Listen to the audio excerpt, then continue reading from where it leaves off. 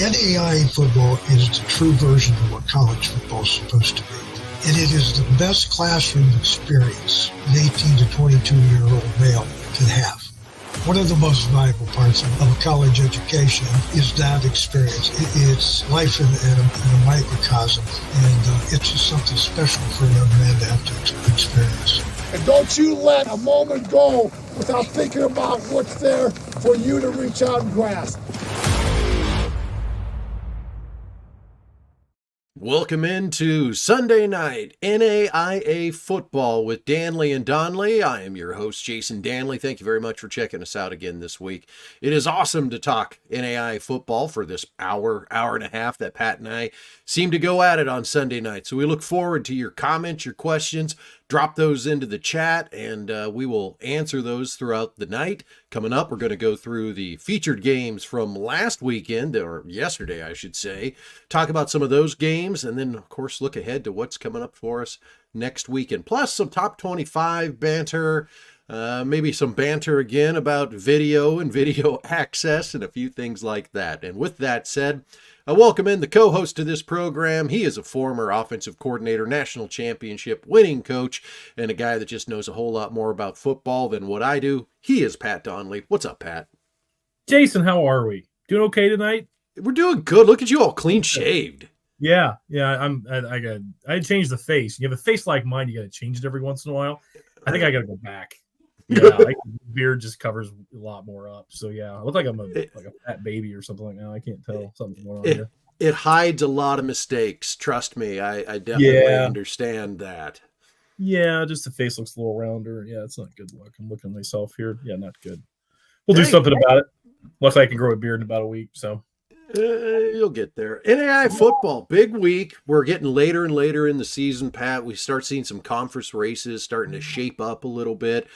Some in-game or in-conference rivalry games going on. You had a chance to watch a big one yesterday with St. Francis and St. Xavier. That was one I know you watched cover to cover. And then we had a few other games that we checked out too. One of our featured games that we thought, hey, let's keep an eye on this. This could, it didn't really work out for us. So, and there was a couple of those. I mean, there were some. Yeah. We'll get into the featured games, but I just wanted, Pat and I were talking before the show. Montana Tech. I know we talked about the Frontier Conference a lot, but anybody that beats anybody 97-0 at least gets a mention. And that's what happened yesterday between Montana Tech and Simpson. The Ore Diggers put 97 up on the first-year program. I'm horrible at math. How many touchdowns is that? It's like 13. I think it was 13. Wow. I don't know if we missed an extra point in there and had a couple field goals, but yeah, it's a lot. Total yards for Simpson in that game, 30. 3-0. Ooh, all righty. They weren't held negative though, so hey, there's that. Yeah. All right, let's get into the big games, Pat. We've got some featured games that turned out to be some really good ones, especially out of the KCAC. It's one of the first games that I do want to talk about. Friends University going on the road to number 21 Southwestern. They delivered the blow late in the game with a blocked field goal returned by Kamari Geddes. Scoops scores, wins this one for the Falcons 37-31. They now kind of take control of their own destiny as they've got a big game coming up next week with Evangel that we'll get into. But this was a big one in the KCAC. This half of the division had three teams sitting undefeated this week, Southwestern, Friends, and Evangel. One of them falls. Southwestern in this game, really, they did well on defense. They held Friends to 247 yards. Elias Pino had 13 carries for 118 yards and 2 touchdowns. But Southwestern's offense, man, they had it going. Braden Howell, 306 yards passing, 3 touchdowns. They were moving the ball the way that you wanted them to, but Friends just kind of gets that luck, that little bit of fortune late in the game to block a kick, return it for a touchdown, and win this one. So the KCAC starting to heat up, and by the end of next weekend, Pat, we'll know who's in the driver's seat. Kind of classic. Yeah, classic back and forth. Good games by both teams, and it's is it a fortunate or unfortunate situation to win a game that way? But man, it was a classic, and it's good to see this league, put a great game, one of the best games in NAIA this season. And it's sets up, again, like you said, a huge matchup next week where this league will be featured once again. Yeah, the biggest thing with the KCAC, and this happens year over year, they need identity in a true number one. And a couple of years ago, they had that with Kansas Wesleyan when Matt Drinkall was the head coach, and then moving on a couple of years, they were head and shoulders above the rest of the KCAC. And right now, they've got some pretty good teams in the KCAC, but they don't have anybody that's really shown that they're head and shoulders above. Friends taking a step towards that this week. They'll get an opportunity with Evangel, another team that is sitting undefeated this next weekend, to prove their wear, and then potentially go to the postseason and see what they can knock around and get done. We go on to the Mid-States Football Association, another game that was a big game that we were talking about last week. A lot of good things could have come from this for Taylor. Unfortunately, the Trojans, they put 7 up in the first quarter, and then that was it. It was all Indiana Wesleyan. Pat, it's like we've talked about with this IWU team. Man, they trickle it on little. They trickle it on little, and then it just pours. It pours. And all of a sudden, they're up 56-7 in this game. Man, it was a killer, needless to say, for Taylor. And really, you don't want to count anybody out of the postseason quite yet, but 2 losses, you lose to Marion, you lose to Indiana Wesleyan, your chance for the Raiders to give you the benefit of the doubt to move you up and to get that at-large is getting slimmer. But Indiana Wesleyan, again, laying it on this week. Yeah, it's getting slim. Chances, the chances are dwindling a little bit for Taylor to get in the postseason. I will say, I think they've got some injury issues, and I think the remaining part of their schedule on paper, I like the Trojans. I do. And I'd love to see them finish, 8-2 if all possible. And at least be in the conversation for postseason. Because it's been, I want to say, Jason, since we were in college. I mean, I think 1998, I think, since the last time Taylor was in the postseason. Been some time. Now to Indiana Wesleyan. Okay. I had like that glimmer of hope. I was, hoping for a classic game, a great game against these, the teams are close in proximity and a rivalry. There have been rivals in pretty much every sport for many, many years. And obviously Indiana Wesleyan starting football recently. No. Wesleyan's dominant, man. I mean, they just are. I mean, they capitalize on your mistakes. They don't make mistakes. They do everything very, very well. They tackle well. They run the football well. They play really good pass defense and with pass rush. And they do everything well. And that's the thing that's going to travel well. Not travel. It's kind of anyway, in the postseason, it's the way they play the game is going to translate, I think, well to the postseason, and maybe eventually we'll have to travel. But this is like one of those teams where they'd love to fast forward right now to the postseason. I think is the way they're playing. But here we are. They still got a handful of games left. But they are rolling. I mean, they're as good as anyone in the country right now, in my opinion. I would think that you would agree with that. And they just do everything well, and they are someone to definitely consider to me a national championship favorite at this point.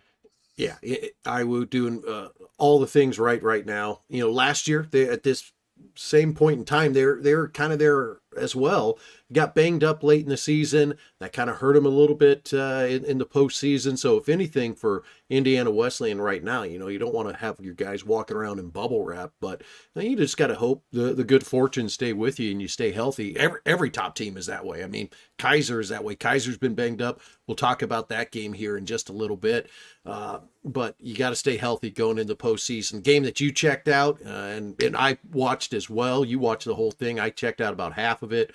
St. Francis goes on the road, gets a victory in overtime against rival St. Xavier, 36-29. It was the Tumulty show in this one for USF, as they kind of all came away with a heck of a performance in this one. Sam with 242 yards passing, 2 touchdowns, 2 rushing touchdowns, 59 yards there. Stuart Ross, 365 yards and 2 touchdowns. Ronnie Foster also 145 yards receiving. But a great game, Pat. You broke this one down for us. Yeah, St. X really jumped on St. Francis, Illinois early on. It was a 29-0 game at some point, or maybe it's 29-7.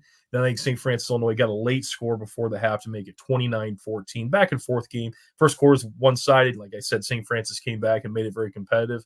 Very, very impressed with Sam Tumulty. Just an all-around great player, kind of like the NAIA version of Johnny Manziel. I mean, he just kind of makes plays. He may be 5'7", Jason, maybe. I mean, he's a little guy, but I tell you what, he plays with tons of tenacity and heart. He runs the football well. He extends plays. He makes the throws that he needs to when he needs to. But I was very impressed with him and the abilities that he has. And again, just giving you everything he's got. He's a heck of a football player. And then the second half got real interesting. St. Francis, Illinois kind of chipped away at it, getting down towards the end of the game. St. X, I think with less than a minute and a half, if I'm not mistaken, I should have gone back and made some notes on the time frame, but it was late in the game where they're just kind of setting up and kind of wind the clock down for a chance to kick the go-ahead field goal. St. X kicks, gets blocked, gives St. Francis, Illinois an opportunity, again, one more drive to get the ball down there. Do so and miss. Actually, it was the other way. Excuse me. I'm in reverse. St. Francis, Illinois had to. Yeah. I'm sorry. I'm getting old, buddy. Excuse me. The end of the game. We're in the fourth quarter. Let's start over. St. Francis, Illinois goes down and kind of winds the clock down. Less than 2 minutes to go. They have the field goal block. St. X now gets the ball back with less than a minute and makes a couple big plays. They have a great kicking team, always there, always great kickers at St. X. And kid just pushes one left. So we're going to overtime. And just what a great finish. And Tumulty kind of took over, made some huge plays. Even at the end, he's going to be the guy carrying the football for the touchdown and push his way in. And then the defense steps up. I was really impressed with St. Francis, Illinois, and the Saints defense, putting St. X behind the 8 ball, 3rd and long, then 4th and long, basically throwing a Hail Mary up at the end of the game to see if they can even have a shot at it. So it was a heck of a game. This is a rivalry game that's not been very balanced. It's a one-sided rivalry. Again, the proximity, it's like 45 minutes apart. Coach Fennis, the head coach of St. Xavier's, an All-American, was an All-American in St. Francis of Illinois. There's a lot of history there. Even Coach Fennis lives over there. Knowing him a little bit, they're right near that area, so it's kind of a unique deal. But coaching staffs are very close. The players all know each other, so this is quite a rivalry. But both teams have to win at some point to make it a rivalry, right? Yeah. And St. Francis, Illinois did that in this game, and they battled. You got to look at it and say, you take the effort and just the tenacity and the will of Sam Tumulty, and you can see it just permeate through the program. I mean, that guy was just anything he could do to win that football game. He was making that effort, and you saw that resolve and just it's like courage, man. The guy was just a tough little guy. And you can see the whole team kind of rally around that and really just put things together and win a big football game in a rivalry game that has not been a balanced rivalry. It's been one-sided. So I thought it was a great game. Yeah, I think there's a second time that St. Francis has beaten St. Xavier. Ironically enough, both wins have come on the road at St. Xavier. So they've never beat St. Xavier in Joliet. They've only beaten them on the road at St. Xavier. So the other thing I look at, and this is the great thing, we've played so much football and we think we know how these postseason races are all starting to shape up. You look at the Midwest League of the Mid-States Football Association right now, everybody's played one game in the league. You're either 1-0 or 0-1. So Marion, St. Francis, and St. Francis are 1-0. St. Xavier, Olivet, Nazarene, Judson, all 0-1. What that means is any one of them can still make the playoffs.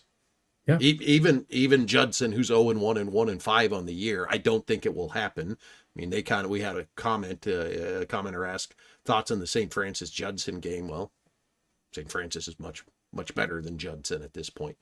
But that's a great thing about the NAIA and the postseason qualification right now. You get the opportunity really for any of these teams to get it. And, St. Francis drops that game to Indiana Wesleyan, and you kind of go, well, geez, now what? Well, hey, they went out in the conference. Guess what? They're going to the postseason. They're playing really well right now. Another conference that is all jumbled up right now, and you're probably a little down, Pat. I understand. I know. The Fighting Tigers lose to Lindsey Wilson this week, 16-10. The big difference in this game, Pat, turnovers. Campbellsville, 3 interceptions and a fumble. Lindsey Wilson, no turnovers. And in a close game like this, 16-10, those turnovers will come back to bite you. Even if you stop them on the other end, you're taking opportunities away to get the ball in the end zone. For Lindsey Wilson, Tabori Reed, 46-yard touchdown grab in this one to kind of help seal things up. Cameron Rankins, 12 tackles, a sack, 2 tackles for loss, and an interception for Lindsey Wilson in this one. A nice win for the Blue Raiders to get another victory in the Mid-South Conference. They now sit 2-1 in the Mid-South. Georgetown undefeated in the Mid-South at 1-0. But again, another conference where They haven't played a lot of interdivision, interconference games, and because of that, that doesn't mean you can count out Lindsey Wilson and you can't count out Campbellsville from potentially winning that conference title.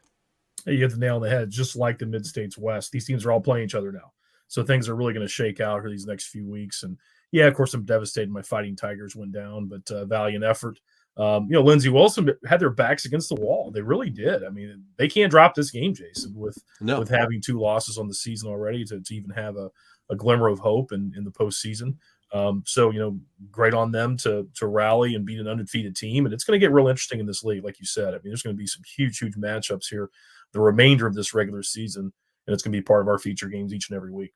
Yeah, absolutely. We get into probably the biggest featured game of the week, or at least the game that lived up to its billing, where there's other ones that we were hoping that would fall into that, and they really didn't. This one did. Keiser goes on the road to Southeastern Victory Field. Keiser gets the victory instead. They stay up 5-0 on the season. Southeastern drops to 4-1. Really a defensive battle in this game. The defensive line, linebackers, just the way both defenses attacked the running game. They really limited both teams what they want to do. Both teams primarily, want to run the football. The strength of their offense is behind the run and then getting the play action and everything going. And Keiser in this ball game, they were maybe just a little bit more efficient than what Southeastern was on offense. Southeastern at times, looked like they were going gangbuster. Alex Reyes had 3 receptions for 40 yards and a touchdown, and a really nice touchdown there in the first half, to get Southeastern up and then eventually get this thing knotted at 10. Henry Osted in this one for Southeastern threw for 95 yards and a score. He took a shot late in the game, Pat, where it looked like he fumbled on the play. Keiser reviewed it. It wasn't overturned. I'm wondering if it was just because they didn't have a good camera angle of it. It did look like a turnover, but regardless from that, Osted, ends up coming out of the game a little bit. He got dinged pretty hard. They were, kind of flipping guys back and forth in there, running the ball and trying to get something going against this Keiser defense. But like we've seen from Keiser so often, Pat, this defense, Hunter Hargrave, 9 tackles, Tristan Vaughn, 10 tackles. They got after him. They limited what Southeastern could do at the line of scrimmage. But hats off to Southeastern. They did the same thing to Keiser for most of this game. Shea Spencer threw for 208 yards, only 1 touchdown. And a lot of those yards were coming in the middle of the field. And then Southeastern was shutting them down. They were able to, force that, 3rd and long, eventually into a 4th and long, and either force a punt or get the ball turned over on downs. So Southeastern was right there with them. I've seen some comments on this game. Southeastern, I saw somebody say, proof they're a top 5 team. Hold on. Back or down. Proof they're a top 25 team. This is one of those, especially in the coaches poll, Pat, and I'll let you give your thoughts on this game in a second, but especially in the coaches poll, this is one of those performances where even in a loss, if you look at some of the other teams that lost down at the bottom of the poll, I would not be surprised to see Southeastern now enter the NAIA coaches top 25 poll from this performance. I mean, this is one of the closest games that Keiser has had against NAIA competition outside of their game with St. Thomas the last time they came out. So good win by Keiser. Southeastern, great performance to kind of get your name back there on the map. Yeah, I know you watched this, kind of start to finish, and I did not because I had a conflict. But I love your take on this, and your kind of your thought process and what you're saying about Southeastern.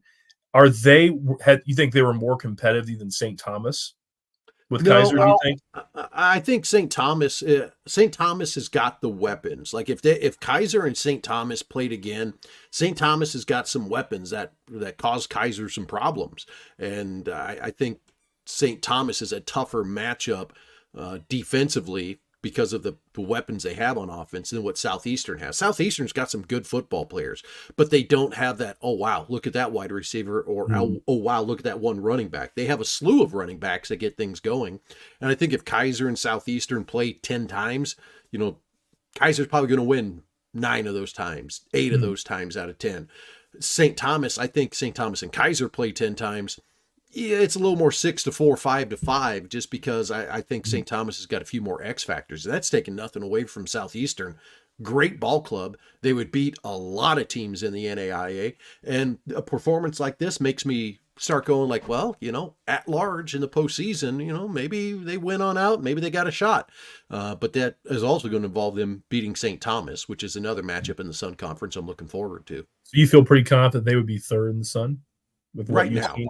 Yeah. Right now, from what I've seen. And that's why I'm excited to see him play St. Thomas, just for the simple fact that, last year it was really just, Keiser and St. Thomas. Well, this year now you've got that third team in there. We like leagues with three teams, Pat. The G-Pack, ooh, we got three teams kind of sneaking around. The Frontier, ooh, we got 3-4 teams sneaking around. Now we got the Sun Conference, a couple of 3-4 teams sneaking around. I like it a lot. But great performance by the Fire in this one. This reminds me of something. We'll get back to this game in a second. I got to bring the big camera up, Pat.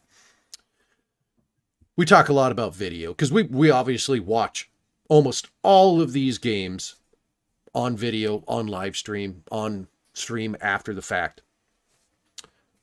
In the world of football broadcast production, there's a camera that's called the High 50. Usually, most people call it the High 50. You get in some other production meetings, they'll call it. But the High 50, fairly self-explanatory. That's 50-yard line. We're up here, and we're doing this, okay?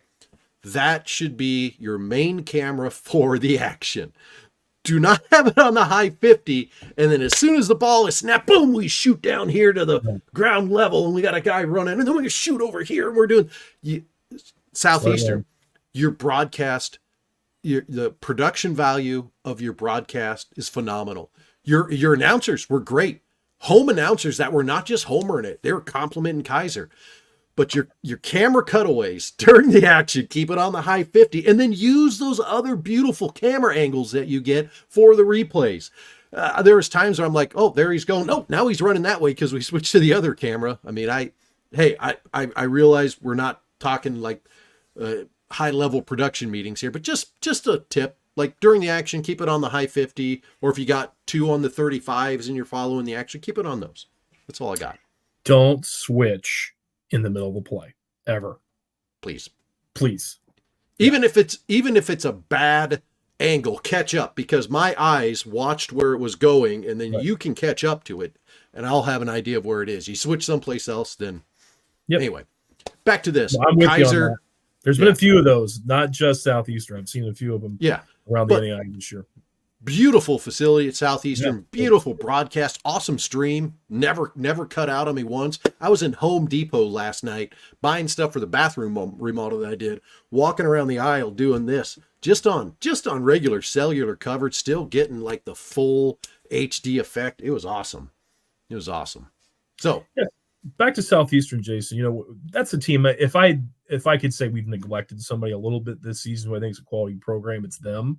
So I'm anxious to see kind of how they respond, and if they can really put forth an effort like this one to go up against St. Thomas here coming up to see where they end up, because there's a team. They've got some great veteran coaches on their staff. The guys have been around a little bit and coached at very high levels. So I think they're extremely well coached, and I think this is a team that certainly is on the rise. So I'm looking forward to kind of seeing where they go. And of course, back to Keiser, more of the same. They do everything so well, and they're so physical and efficient. Great quarterback play, complementary quarterback play when needed, and of course that great defense. So more of the same. Is Keiser still your number one team? Them and Indiana Wesleyan, Grandview. What do you think? Yeah, I'm still on that boat. I don't know who wins between those three, but I'm pretty solid that those are the three right now, and I'll know more after the next week. We'll get into one of our featured games, Dort and Morningside play. That's going to show me a little bit of something about the G-Pack, because be honest, like outside of the top teams, that conference hasn't shown me a whole lot, except for who the best three teams are right now, and maybe four. I mean, Concordia popped in there and got themselves a little bit of an upset. So we get into the top 25. We get through the rest of the games. Central Methodist and Grandview played on Thursday to some extent. Grandview came away with a big victory here. Dort beat Dakota Wesleyan fairly handily. This was a game I thought, well, depending on what Dakota Wesleyan team shows up, Dort might get challenged. Not so much there. And then Ave Maria gave a little bit of a scare to St. Thomas. I want to say they were tied 24-24 or 17-17 in this game before St. Thomas pulled away. But St. Thomas gets the victory. They move on. They'll play Weber International next week. Out of the top 5 there, though, Pat, we're talking about it. Like, yeah, I feel like Keiser is the best one out there. I've got Indiana Wesleyan too. Then I follow Grandview. And then I've got Montana Western sitting at 4, I believe, in my poll right now, because I think Montana Western could compete with those top 4. I don't know about Dort yet, and that's not a knock against them. I just haven't seen Dort play a level of competition that's comparable to the top 10 in the NAIA to make an assessment on how I feel about them. But that's kind of my thoughts. You? Certainly get an opportunity this weekend. I think Dort, has to prove themselves against the perennial power of the league. If they win that football game, they beat Morningside. Now we're talking. I think, and I'm with you on that. And I would tend to agree with you. The 3 best I have seen are those top 3. And I think there's an array of teams in the Frontier. It's kind of depending on the week. Who's the home team? I mean, basically is what my theory is on it. And whoever the home team is that particular week in the big game, that's the best team in the Frontier. So how's it all going to shake out? We have no idea. And then you get into postseason play, how does that all work? Those 3 plus any of the home teams in the Frontier are the ones that I'm going with. But I am a big St. Thomas fan as well. Big fan of their skill, like you mentioned. I think they match up with Keiser probably better than anyone. I watched them extensively against a pretty athletic and powerful St. X team early in the season in Chicago, and they went up there and handled the Cougars pretty easily.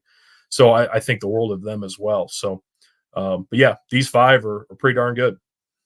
Moving on to the second half of the top 10, Montana Western sitting number 6 in the coaches poll. Pat, I want to say like they listened to us and said, when we were saying like, well, Montana Western's got to prove that they can run the football for me to really come around. Then Jake Humphreys, their running back, 5 rushing touchdowns in this game. So, I mean, it's like, I think Ryan Norris is sitting there watching this program saying, I got to prove Pat and Jason wrong. So he put it into his game plan. Right. Taking notes. I would guarantee he hasn't watched 1 second of the show. No, I mean, awesome if he has, but I'm going to guarantee that didn't happen. Some coaches watch this show, Jason. I'm telling you. I have been reported back that some coaches do watch. Yeah, I do know that some of them do, but I think they go. Western. Yeah, I mean, Western early in the season, we're like, we talked about, it's like, these guys are like a warm weather team. They're going to chuck it around the yard, and there's not a whole lot of balance. And certainly the last 3 weeks, you've seen that balance, really come to fruition, and you can see the success. And again, you have balance with a great passing game, man. It's everything. Yeah. Jake Humphrey, 20 carries, 215 yards, 5 touchdowns in that game. So Montana Western gets the victory. That was kind of the closest game in this next half here. You kind of saw Morningside blow out and Benedictine blow out, Northwestern get the blowout. Southern Oregon can get the late night blowout last night. That game against Arizona Christian kicked off at 9 o'clock Central Time. I watched about 10 minutes and said, I'm tired. And I think Southern Oregon's going to win this. Just being completely honest. I went to bed. I had a long day. I remodeled a bathroom all day. We'll talk about that in overtime. The next 11 through 15 in the top 25, Bethel had the bye. Texas Wesleyan, giant victory. College of Idaho, a victory over Montana State Northern. Mid-American Nazarene, and then Montana Tech with the game that we talked about earlier. No real surprises in this, in the 11 through 15 spots, Pat. 97-0. Yeah. Yeah, there's your dry heave. Yeah. Ugh. Hey, we had a close one between Georgetown and Cumberland. Georgetown did get the win, and they did what you have to do to beat Cumberland. They shut down their run. They held them to 100 yards rushing. Darius Neal had a couple touchdowns in this game. I think that he's got where he's at touchdown-wise. He's like number 6 all time now at Georgetown. So a nice victory for the Tigers to remain undefeated. Big game for him this coming weekend, Pat, as they'll go up against number 11 Bethel. We'll talk about that more in our featured game of the week. Marion gets the victory over Olivet Nazarene. Olivet had 2 late scores in this game, Pat, to kind of come back on the Knights a little bit, but Marion holds on to get the win. We talked about X and USF, that game going to overtime. Baker put up 67 on William Woods, and then Bethany loses to Evangel, and Evangel will have a big game. So not a lot of surprises, but a tight game for Georgetown in this 16 through 20 part of the ranking. Yeah, hitting on two of these teams in this category of five, and I'll go back to one previous as well. There's three teams to me that are just kind of a conundrum to me right now. Georgetown, College of Idaho, and Marion are the three just like we know they're good. I mean, they have the history, they have staying power from what they've accomplished for many, many years. I mean, they're top programs in the NAIA. And then recency as well, being Final Four teams, and College of Idaho being a Final Four team along with Georgetown last year. But there's something off about all three of them. Mm-hmm. I mean, Georgetown is they're 4-2. They lost to an FCS. We get that, flew across the country to play a Montana Tech team at home, which we know how that goes with Frontier opponents. But it's just something is off. It's a lot of tight games. It's a lot of, find a way at the end of games to pull close games out, low scoring games, which is not a Georgetown thing at all. Georgetown's really a, offensive culture, want to score points and things of that nature. So you kind of try to wrap your brain around it. And I don't think Marion's stopping people very well. I mean, you're seeing these high scoring games with Marion, and they've been such a dominating defense for a long, long time. And, that's going to set up a great matchup, I think, next Saturday in Indianapolis with USF Indiana going down there. So those three teams are kind of a conundrum to me, Jason. I think if I could put my hat in the ring to say what it is with those teams that's maybe a little different than what they were last year, I would say it is experience in their depth. I think when it's ones and ones out there, they're pretty quality. They're going to get a lot of things done. You get a guy dinged up, you got a guy that needs a blow, you got to bring somebody else in. I think what we're maybe seeing with those teams this year is the experience coming in to play in those positions maybe isn't quite where it was last year. And whether that's due to health or, because you just got different guys that got to come in and play. I think maybe that's what it is with those teams. It's just my uneducated opinion. 21 through 25, Southwestern loses to Friends. Dickinson State beats Mayville State. Friends, of course, gets the other victory. Ottawa, Arizona, 85-12 over Arkansas Baptist. That was, and then we talked about Campbellsville losing to Lindsey Wilson in our featured game matchup. So 21 through 25, we're going to start seeing some mix around here. And this is where I think, I think Southwestern will drop from the coaches' top 25. The typical drop for most teams when they lose is 5 to 7 spots. That would get Southwestern out, Campbellsville out. So that means there's going to be at least 2 spots. If not, going back one slide, we don't see St. Xavier drop a full 7 or maybe 8 spots out. So we could have 2 positions coming open in the NAIA top 25, maybe 3. Who's going to fill those spots? It's hard to say. I think Southeastern, even with the loss, deserves to come in, even if you put them at 25. I mean, they challenged the number 1 team in the country, defending national champions. You still got another spot to fill with somebody else. Hard to say who that's going to be. That's where you could see a team like McPherson out of the KCAC pop in. They're now 5-1 right now. There's a myriad of other teams that could pop in there. Cumberland was trying to make a little bit of a push to get in there, but with their loss this week to Georgetown, I don't see a 2-loss team now jumping in to that top 25. So any ones pop into your head there, Pat? Just keeps Campbellsville Fighting Tigers in the top 25, baby. That's it. They'll come show up and show out, right? Right. No, I agree with you about Southeastern. I think the competitive nature of that game, in the way that they battled and played physical with number 1 team in the nation, I think is eye-opening, because I think that league, I mean, we're starting to see, like you said, a legitimate 3-team race at this point that's competitive. Mm-hmm. So I think that has to have, some type of thought behind it, looking at the top 25. So I would agree with you on that. And I don't think I drop Southwestern completely out. I mean, I think they've had a great season and lost a tight football game in a very unique situation. So that's kind of my feeling on it. It could work out that way. If we're replacing 2, Southeastern would be my first one in. One little bit of an oversight as I was thinking about this. St. Francis, Illinois, now 5-1. They're only lost to Indiana Wesleyan. So they're as probably deserved to get in as a Southeastern. Absolutely. And then after that, you kind of get into this hodgepodge of teams. I mentioned McPherson. They're 5-1 right now. You've got Concordia, who beat Northwestern. They've now won 2 in a row. They're 5-2 on the season, so they're kind of right around that area. And then Cumberland's Kentucky, also 5-2. So you got some teams just right outside of this top 25, Pat, that could be deserved to get in there. Coming out this week, one of the other major things that goes with the ratings and the decision-making for the postseason are the Area Rating Committee rankings, better known as the ARC ratings. They're released twice, one coming up on the 24th, that is this Thursday, the other one on the 14th, which is the Thursday before the postseason is decided. These guys evaluate ranked teams throughout the season, serve as a member of the ARC and the ARC chair, voted on by the committee. They participate on all the ARC calls. They do all that stuff. They basically come up with a rating in certain regions, because each ARC is a different region, to say, all right, here's who we think the top 5, 6, whatever, the top teams in this region are to be considered for the postseason. That's what I'm excited to see, that rating, to kind of see where the ARC ratings are thinking the regions are versus where the coaches' top 25 is. We'll find out Thursday.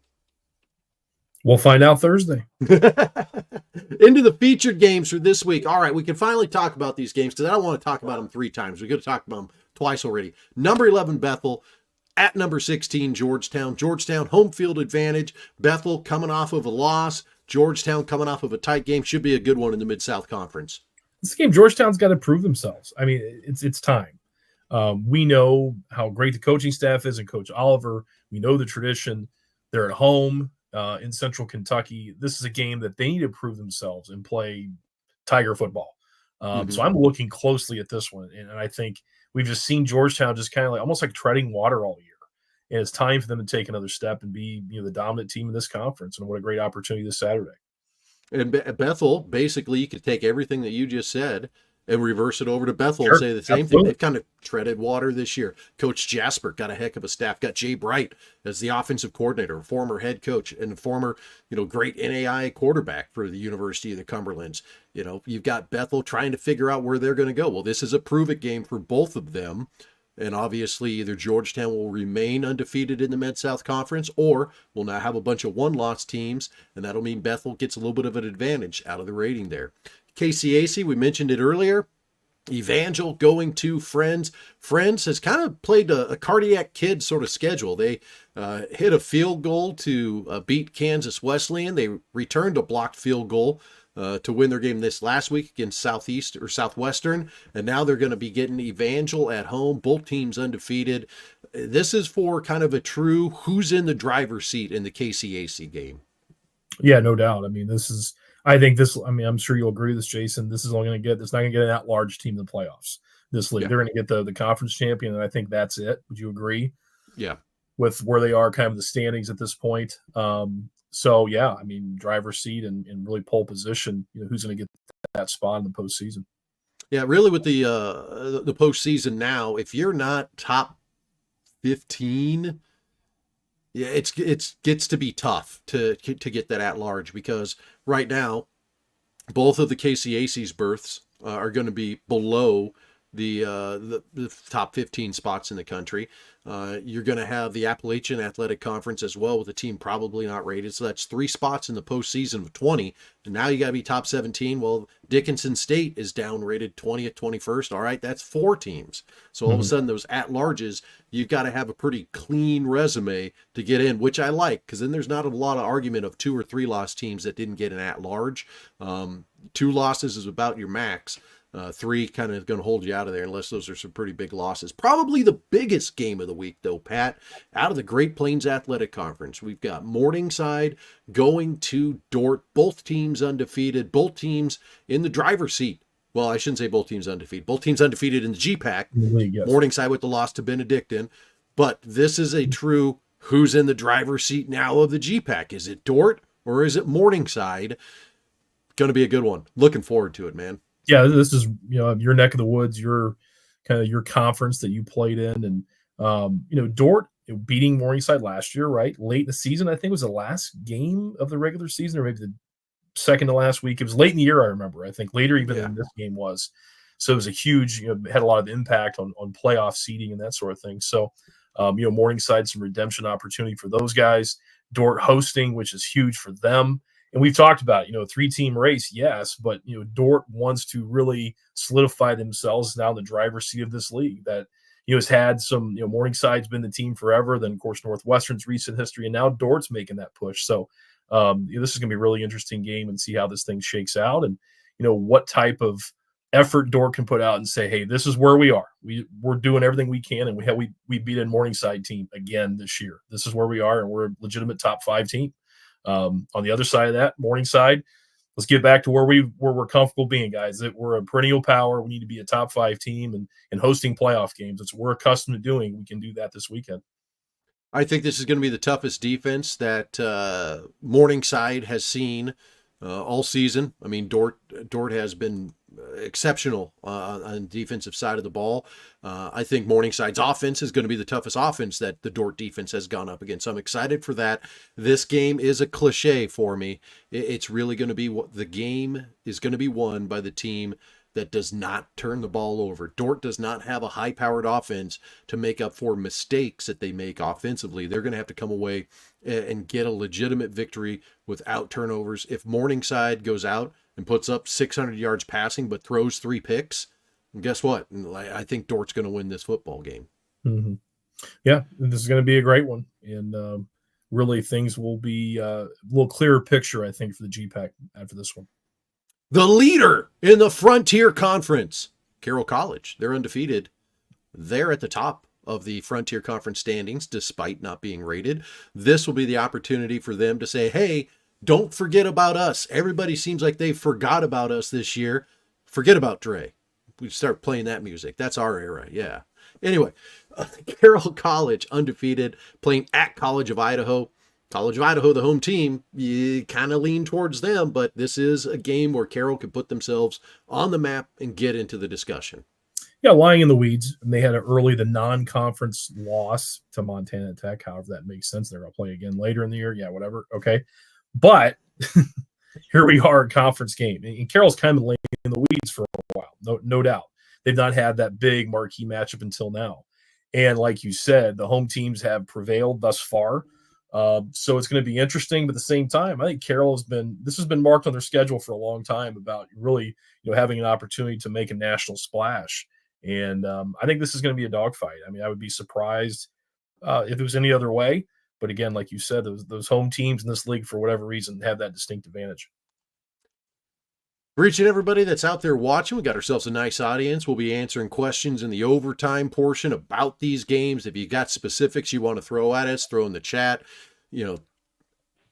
X at us, tweet at us, whatever you say, throw it in the comments. We'll get to it here in just a little bit. But these are the 4 biggest games, I think, of the week, Pat.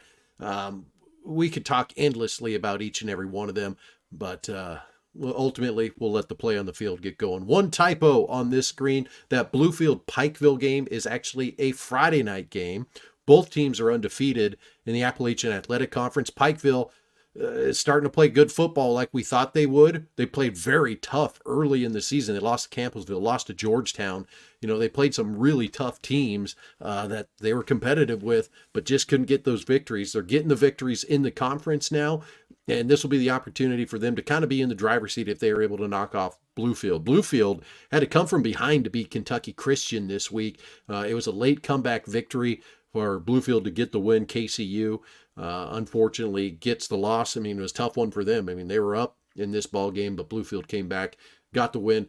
That'll be a nice one in the Appalachian Athletic Conference, where we predicted Pikeville would be the team out of this. Then I think we got a little doubtful, Pat, if they would actually, just never be able to figure out how to win a game. Now they're winning games. Yeah, it was almost a repeat of last year, from what I remember. They were kind of winning some games last year in the league. Yeah, I mean, we were watching. It was like, this is not a bad football team. I mean, they gave everything to Georgetown that they could handle. I mean, it was down to the wire. In the same, I think it was with Campbellsville, correct? It was a tight game early in the season.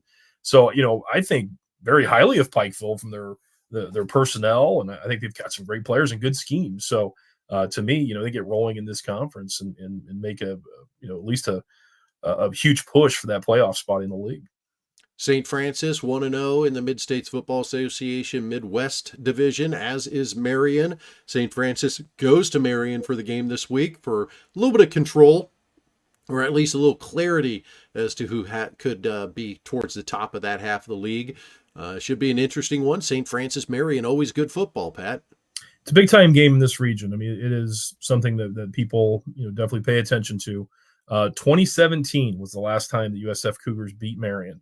So It's been some time. It's been a long time. It's been a rivalry game that's been one side the last 7 years. So I think if there's ever been a year watching these teams quite a bit, I think they're pretty balanced in that. I think this can be really. I think it's going to be a very high scoring game. I think both defenses are giving up quite a bit right now, and they've got to figure some things out certainly on that side of the ball. But I will tell you, I think. People think, okay, it's number 17 versus a 2-loss team, but I think St. Francis has some really good players. Many of them are going home to their hometown and playing a rivalry game. I can tell you right now, my dad and Coach Karras will be both frothing at the mouth for this game because it's a trophy game in this great rivalry. So I think this is going to be one of the better games of the weekend. I do, just because of the scenario and the rivalry and knowing very well the history of that rivalry. So I think it's going to be a really good one to keep an eye on for sure. Yeah, it's a game that I've been able to experience in person a couple times, way back when the Victory Sports Network was doing the College Fan Sports Network, and we were doing the Game of the Week. We did a Game of the Week broadcast between Marion and St. Francis at St. Francis, and that was a bar burner. That was very early in the program history for Marion, 2006, 2007. They were just really starting to get things going there with Coach Karras and company. So love it. Love the rivalries. What's the trophy? Is there a name for it? Is it named after? It's called the Franciscan Bowl because they're both Franciscan universities. So it's a Franciscan. Well, it's actually a pretty cool trophy. It's it's a football on top and it's got both schools' logos on it. So it's a cool centerpiece for the coaches' offices, and the Knights have had it since 2017. So it's a big deal. It is, and it's the same recruiting base, Jason. I mean, it's identical. Yeah. The net that is cast in the Midwest, that these schools overlap constantly. So I will tell you, it's a game that matters, certainly. Mount Marty is at Concordia. You might be saying, why do we care about this game? Well, Mount Marty is 4-3. They've challenged and beaten a lot of decent teams in the Great Plains Athletic Conference. Concordia had the win against Northwestern. They're sitting at 5-2 right now. Concordia cannot lapse. If Concordia wants to potentially creep themselves up and get themselves an outside shot, they cannot lose a game like this. And Mount Marty has got 4 wins this year. They've got a winning record. This could be a real, feather in their cap to potentially, head towards an above 500 record for a very young program here. So that's one to keep your eye on. Another one, Rocky Mountain at Montana Tech. We got to talk about games in the Frontier Conference. Rocky Mountain put up 24 points on College of Idaho. They'll be going to Tech.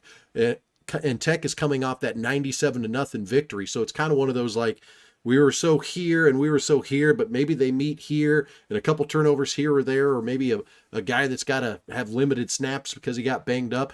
The game could go any way, Pat. Yeah. Montana Tech at home, I think, is one of the better home teams in the country. I believe that. Just watching their games at home, I think they are a different team, just like we talk about the home teams in general in the league. So, I think Rocky, it's proven they can score some points and be competitive, but the Ore Diggers are tough in Butte. Cumberland, Tennessee is at Cumberland's, Kentucky, the Cumberland Bowl. So it was a lot easier when it was Cumberland College and Cumberland University, but then that all changed like 20 years ago. But now you got UC and CU, but a big game for both teams because Cumberland now has dropped a couple games after starting off undefeated. They can right the ship, get back on track, still got a chance in the Mid-South, but Cumberland's Kentucky, the housekeeper version of the Cumberlands, they got an outside shot in the Mid-South Conference. With a lot of one-loss teams, they keep winning. This gives them an opportunity to get a place at the table potentially for a conference title. Yeah, much like the Franciscan Bowl with St. Francis and Marion, I think this is a really tight game. I think this is a back and forth, 2 evenly matched teams. We watched them quite a bit throughout the season, really kind of the same position within the league as well. So this is going to be a really good one. Yeah, looking forward to it. Those are the games to keep your eye on, and that kind of does it for our official breakdown of everything in the world of the NAIA. We like to do the official thing. I know it takes up 45, 50 minutes of the program before we just get into our usual regular, as we like to call it, overtime banter. Overtime. Couple games in overtime this week. But if anybody's got any questions for us about general NAIA stuff, things that they're wondering, pop it in the chat. We'll talk about it. There was the question, thoughts on the USF Judson game.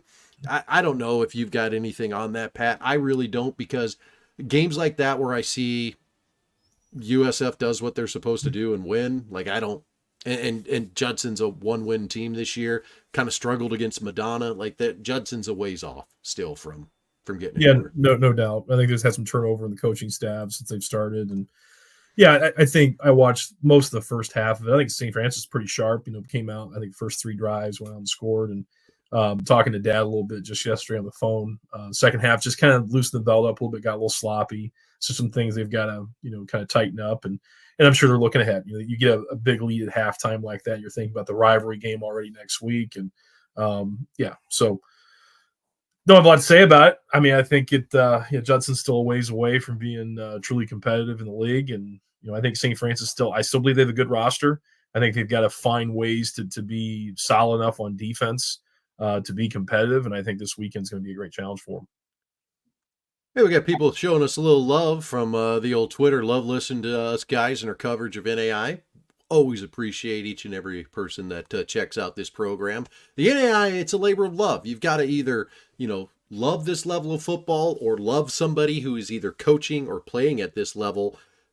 Needless to say, it's nice to have fans. Sometimes they're short fans. You're a big fan of NAI sports for 4 or 5 years while your kid is playing, and then you kind of pop back in every now and then. But it's a great level of football. Yeah.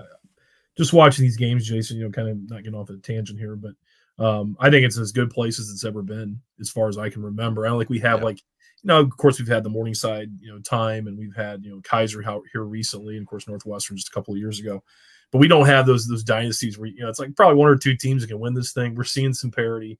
We're seeing it within leagues, and we're seeing it at the national level as well. And I've talked about this before. And I do think that is what makes this affiliation really strong right now, because there are so many quality teams that really can make a push. Yeah, of course, we talked about it earlier. We think there's 3 that are really, really good. But when you get that right down to it, I think this playoff is going to be very, very interesting. I say this playoff, we're still a few weeks away. But it's going to be here before we know it. And each and every one of these weeks, the next 2-3 weeks, are going to be huge, huge, huge implications of how that's going to look and how these matchups are going to look. Yeah, 100%. And I love the fact that we're at 20 teams in the postseason now. You can't, so cool. Can't get away from that. Couple housekeeping things for me. So one thing that I put out on the website last week. So this thing that you're watching it on, whether you're watching it on Twitter, YouTube, Facebook, Instagram, I haven't put it out on TikTok yet. I might put it out on TikTok, and we'll do some dances and stuff. We'll do all Please that. Don't. But this is all ran through a program that we utilize called StreamYard. StreamYard does have a cost to it, so I threw a thing out there for donations. You can go to the website, donate if you want, if you're able. Trust me, there are 1,000 other more worthwhile causes than donating to the Victory Sports Network. Trust me on that one.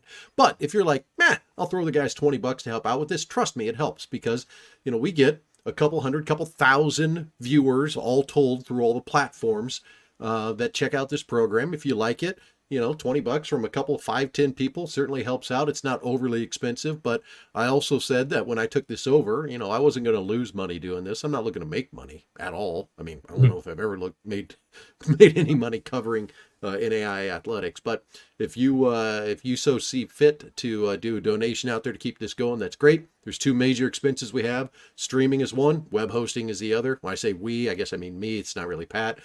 I take up Pat's time, and that's valuable enough to him. But anybody that does feel like donating, you go to the website, victorysportsnetwork.com, upper right-hand corner. There's a little donate thing up there. So thank everybody for doing that. We've had, and I say that because as we talk about fans, like I got a bunch of donations last week, and it was all from the people that have been, I recognize from the first 3 years of having the Victory Sports Network. It's awesome to have people like that have been around forever. So it's been killer, man. I love it. It's been absolutely awesome. So overtime, we're not getting an abundance of NAI questions here, so it gives us a chance to kind of catch up. I spent a lot of my weekend, Pat, remodeling a bathroom. And let me tell you, these hands I don't know, man. I don't know what I'm doing half the time. I'm just happy that when I got the sink back together and ran water, it didn't leak everywhere. Well, it did the first time, but it doesn't anymore. How about that? I'm very impressed. I'm one of those people that can't hammer a nail. I think I can change a tire. I can't change oil. I've never done that before. Yeah, I'm just one of those guys. No, I can cook. I can cook. I can cook. I can cook about anything too. But yeah, I'm not a in the masculine type stuff. You know, the DIYers or people can build like, you know, we'll go build a shed or, you know, an extension on, you know, off the back of my house or reno a bathroom or a bedroom. Yeah, I'm not your guy. I can paint. I can paint. Yeah. I can cook you a heck of a meal. I can do that. That's about it. I'm impressed. Very impressed over here that you can do stuff like that. It's that great farm kid work ethic and ingenuity, I guess. Yeah, it's one of those. I always, anybody that knows me, I always say I got it from my grandpa Dannelly, because he was a guy, like, he built my parents' house, and then he built like 2 or 3 other houses for people while farming and milking cows and doing all this. So I kind of like, I'm 44 looking back on it now, like, holy cow, that guy did all of that in a day and age that Google did not exist. Like, I can't do any of this without Google. Like, I can Google it, figure out, like, okay, I need that, do that, do an angle in there. But like, my dad told me they had a sheet of paper that grandpa just kind of drew and was like, okay, where do you want your bedrooms? Here and here, and you want your bathroom here and okay. And then he just built them a house. Unbelievable. Like, it's just incredible to me, people that can do that. And I guess I got a little bit of that blood in me, but thank God for technology and the ability to Google how to do all this crap, because otherwise there would be fires, there would be things broken. It wouldn't be good, Pat. It wouldn't be good. I'm very impressed.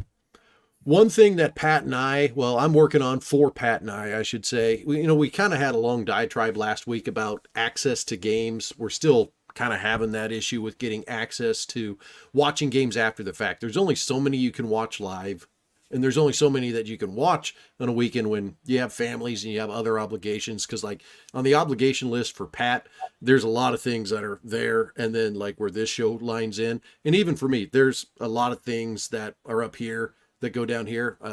The wife and I were talking about it last week. I said, I'm never going to miss out on a family event because I had Victory Sports Network stuff to do. Like, I'm going to do it just like I'm going to do next weekend. But we are working on a thing. And if anybody out there has a contact at Huddle, please send it my way, because I have got it figured out. I did a test thing with 4 or 5 coaches, and they're all like, yeah, we'll send you the video. NAIA coaches seem like they have no problem giving us access to video to watch this. It's just how we go about accessing that. And the best way to do it is if we were on a team, the Victory Sports Network, as if it was a team set up in Huddle for people to send the video to. And then we just get it that way. Otherwise, coaches have got to download it, email it over to us. And I don't want anybody to have to put 30 seconds more of effort into getting us this stuff than what it already takes. So we are working on that to be able to get access to even more games. We would absolutely appreciate that. Absolutely appreciate it. Yeah, Jason, you hit the nail on the head. I mean, for a guy like me, I love watching the All 22, so I'm all for that. Again, love the streaming. It's fantastic. You mentioned that earlier, how great some of these universities are in doing that. But I love getting the coaches tape as a former coach. And I really want to watch these games and provide some analysis as much as possible for our viewers, and love to be able to do that, especially as we get into these playoff races. The end of the conference schedule into the playoffs. Love to be able to do that. So any help anyone can give us, we would certainly appreciate it. We got a good question here. We got a good one coming in. If you had the power to realign the NAIA conferences, what would you do? Well, it's kind of 2-part, because the alignment of the conferences, I think, Pat, is pretty decent as it is right now. I mean, there's not a lot that you could do to change how the frontier is. There's not a lot that you'd want to do in different parts of the country. But in order to get it the way I would want it, I need a couple teams to come back to the NAIA that I don't think would be that much of a stretch to say, oh, they're walking away from this storied D2 affiliation. Some of them went D2 and have been absolutely god-awful. That would be my first step to get 5. I'd say I'm not going for broke. I want 5 back to kind of make things a little bit better in some of the regions, and then kind of restructure for some things. But did anything pop into your head right away, Pat, on the realignment? No, because you look at Division One, I think it's insane. SC dropped another game yesterday. It something traveling cross country has something to do with it. I don't care what anyone says. You do it multiple weeks, and sometimes even back-to-back weeks. I mean, it's crazy to me. So I think it's a real problem. I mean, it's Big Ten. It's going to be even the SEC. I mean, Texas to South Carolina is a long, long way away. And I think we're going to see some games that are, I mean, it's been very competitive. It's huge money. I understand all that. So if you look at it from an NAIA standpoint, I think we have it right because our conferences are very regional. And I love that part of it. Yep. I think that's, provides stability within the regions. The one thing I think what you're getting at is where I would be definitely open to is east of the state of Indiana, having some teams back up. Like you mentioned, the great state of Ohio and Pennsylvania strike me are two that have had great NAIA powers in the last 40 years that have gone away, either Division III or Division II, that I would love to see because they're such great football states. Yeah. In this part of the world where I live in the Midwest and, call it Mid-Atlantic, I guess, with Pennsylvania. I mean, they're two of the best, if not the best. So I would love to see that be a part of the NAIA again, more of a presence in Ohio. I mean, we have Defiance in, which is nice. But, the Finleys, the Walsh, the Malones, all those schools, even Urbana back when they were around, Tiffin University, there was all those NAIA schools that have left. Ohio Dominican, yeah, they started as an NAIA school. That would be huge, I think, for the NAIA to have a presence in the great state of Ohio for football. So that's just something that it's not really a realignment answer for you, but I think the way our conferences are aligned by region are great. I would like to see, like you said, some other teams maybe come back in to solidify maybe other parts of the country. We have that Southeast now. Thank goodness for the Sun Conference, who's been huge for us in the Appalachian Mid-South. I think that's wonderful. Now we have this Texas, the southwestern part of the United States taken care of. The upper Midwest has always been strong. We know that. Look at the Frontier. They're wonderful. I would say maybe more in the state of California and then looking like Ohio, Pennsylvania. To me, that would be an ideal situation. Yeah, I would agree. I mean, there's a couple things I would maybe realign. Like if we had to take the NAIA only now and do some realignment, and by all accounts, what the Frontier Conference has done to bring the North Star Athletic Association teams in, I think that's great. But what I would like to see is those teams kind of stay regionalized. Maybe you pull Rocky Mountain over. You get some of the other South Dakota teams like a Dakota Wesleyan, something like that, and you bring them in. But a lot of that doesn't make a lot of sense if you don't have more teams in that region. So then I go back to the D2 argument. University of Mary, Minot State, they went D2. They haven't accomplished a lot at that level.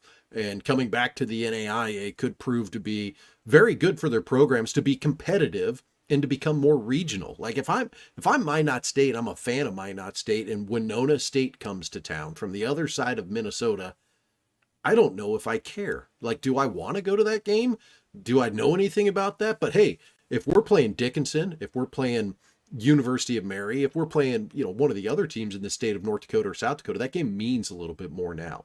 And I think some of the realignment also has to do with conferences. You look at the Hart Conference and how much they have grown. Well, they have basically taken everybody that was in the state of Iowa that isn't in the Northwest corner, and they have come into the Hart Conference now as full members. So you've got St. Ambrose in there, you got Grandview in there, you got Clark in there, you got Graceland in there. So you really have almost like an Iowa conference now. They're just part of the Hart Conference. So some of the expansion there, you could maybe realign if you had some teams come back in, but really for the most part, most of the realignment, if you were to realign the NAIA, would be more contingent on teams from Division II coming back. And there's a lot that I would like to see come back.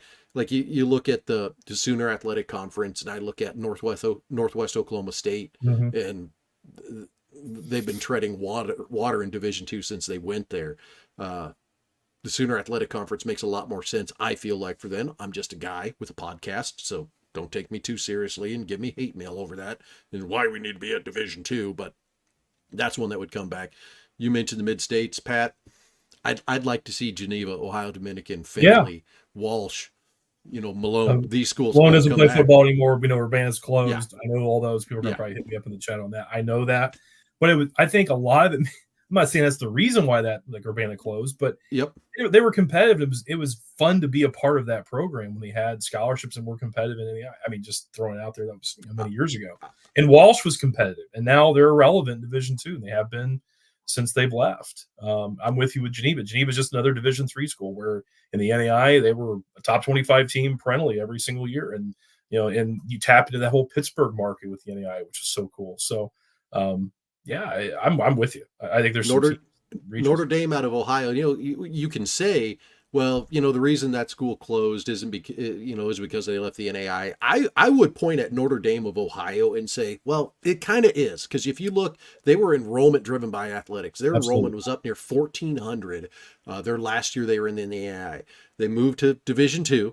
And that enrollment dropped down to 700, I think, in the last year that they were there. And a lot of that is because you cannot have junior varsity level programs. Or you can try to have junior varsity in Division II, but it just won't work out for you. They lost a lot of enrollment, which means they lost dollars to the university, which means the school ends up closing. And that's a team where I'm just like, why go Division II? It's not the right fit for you, especially as a private liberal arts college that is enrollment driven through athletics. We talked this before, Jason. This is my TED Talk. No, I'm with you. I mean, go back and look at private liberal arts schools in Division II, who's competitive at the national level truly. I'm not saying top 25. I'm talking top 10, 12 annually that are going to make a legitimate shot at the national championship. How many are there? I don't know. I don't think there's many. Very, very few. Very few. I mean, it's a state school level of football. I mean, it just is.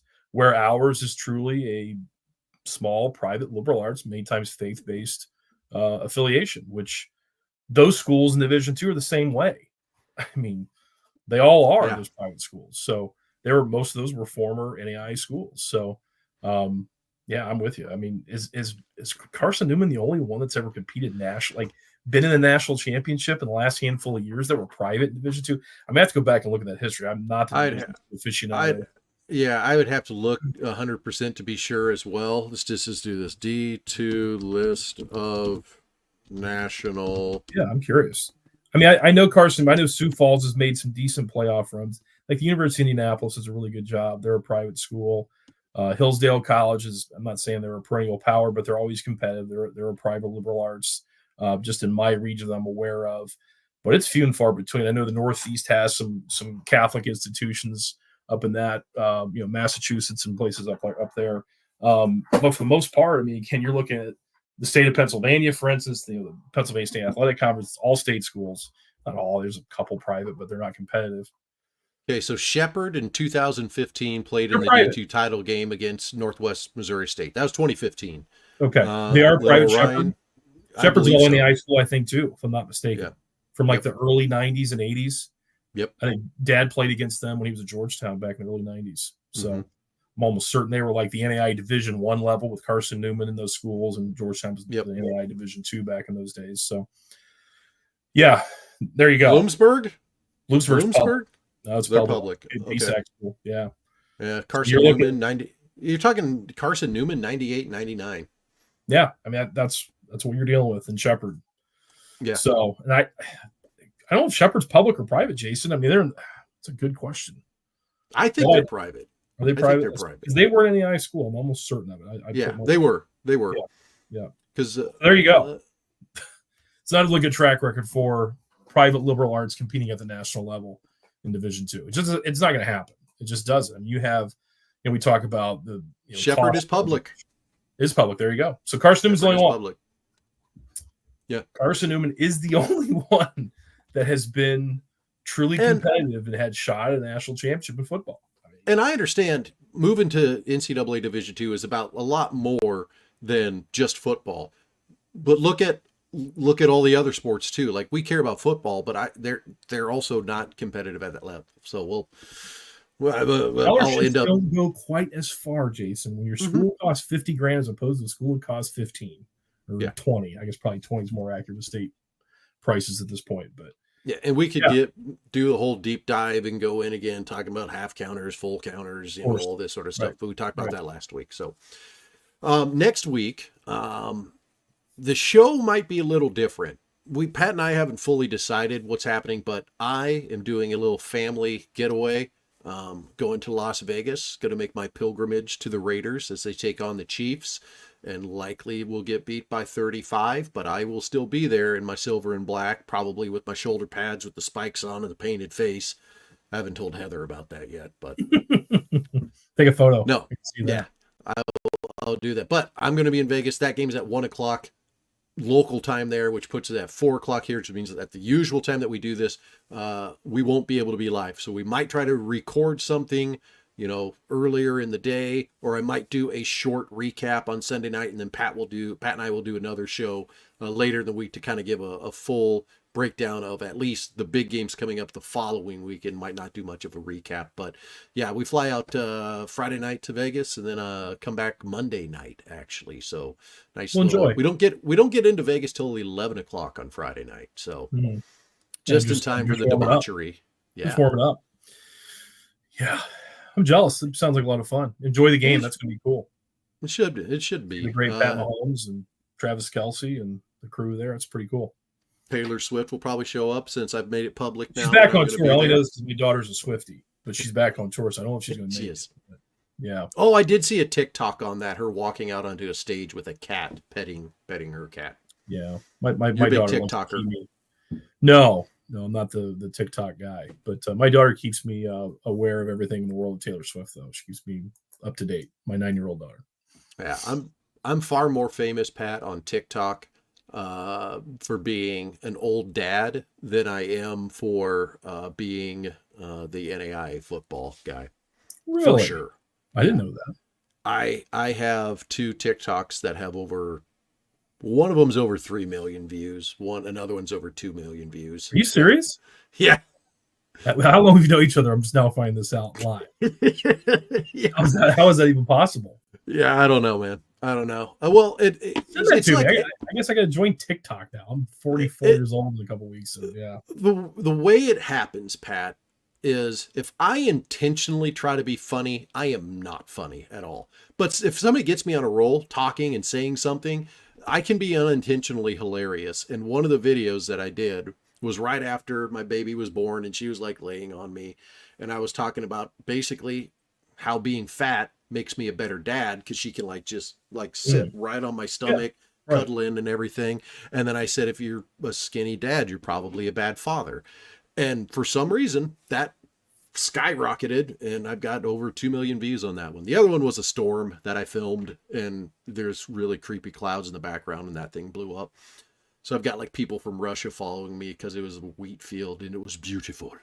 At least I've never been on TikTok one time, not once. Yeah, you're not, don't get. I'm not an IG guy too. Instagram is just the whole format's just too much for me to handle. Yeah, I'm sorry. You got to see Facebook, so that's good. Yeah, that's about where I'm living for a middle-aged guy. So yeah, I'm far too old to be on TikTok, frankly, but here we are. Enjoy vacation, much deserved. Oh, I definitely will. You got anything else for us, Pat, as we wind things down and wrap this one up for tonight? Just getting back into hockey season, so we got some time off, and looking forward to getting back up north and seeing the boy play hockey. It's gonna be fun. Yeah, you say you're going to Detroit again? Yeah, we'll be in Detroit. So the league is out of Detroit. We're in Fort Wayne, and pretty much every league game is in the Detroit Metro. So it's pretty good hockey up there. It's good for our team to go up there and play. So we're doing that, and a couple other tournaments and all that coming up here in the next few weeks. And I'll be in Wisconsin here coming up, just traveling around. So yeah, get out and about a little bit. So if there's one recommendation that Pat and I have for everybody that's out there, especially if you like team sports, if you love team sports and you like comedy and you don't mind just general dumbness of comedy, you have to watch Shoresy on Hulu. It is absolutely hilarious. That is my recommendation for everybody. Your recommendation? Well, I don't know if it's for everybody, Jason. I don't know, man. Well, my thing is the team aspect of it. If you get past the hockey thing and the different personalities on the team and the different stuff that kind of goes with that, and if you don't mind crass language, which obviously I don't, it is absolutely hilarious. And then the way they weave the music and everything into it, I think it's top notch. I love it. It's entertaining. It's entertaining for sure. You're not throwing your hat too hard behind this one, Pat. No, but I will tell you, I am notorious for telling the boys before games, like, boys, you got to set the tone. I will gotta say set that. the tone. You got to set the tone, boys. Yeah, You gotta set the tone. I will say that. I've been Somebody set the tone. Boys got to set the tone. Yeah, exactly. Oh, I love it. Goody loves chicken. Anyway. Yeah, he does. All right, we're just have a good one. We're gonna wrap it up. Enjoy Vegas. Where are you downtown? We're downtown, Golden Nugget. Boy, we're gonna do that. Going old school, baby. It's so my leisure suit. Yeah, so much more fun downtown. Highly recommend it. Yeah, we're doing downtown, and then gonna venture out to some other places and everything. But we've made a vow we're not going on the Strip. Nothing wrong with the Strip. We've just done it so many times. Like, let's not go there. Let's not just, oh, that's fun, we'll do that. Like, no, let's find something else that's fun. To me, there is like a tourist trap in Vegas. That's it. Just in general, the Strip. I mean, to me, like the roots of Vegas are downtown. Fremont Street. I think it's cool. So the El Cortez, all those places. Oh yeah, enjoy. Yeah, enjoy. All right. He is Pat Donley. I'm Jason Dannelly. This has been NAIA Football with Dannelly and Donley. We will see you next week. Be sure to check out victorysportsnetwork.com for all the latest information on NAIA football, predictions, top 25s, and a whole lot more. That's victorysportsnetwork.com. We'll see you later, everybody. Have a great week and enjoy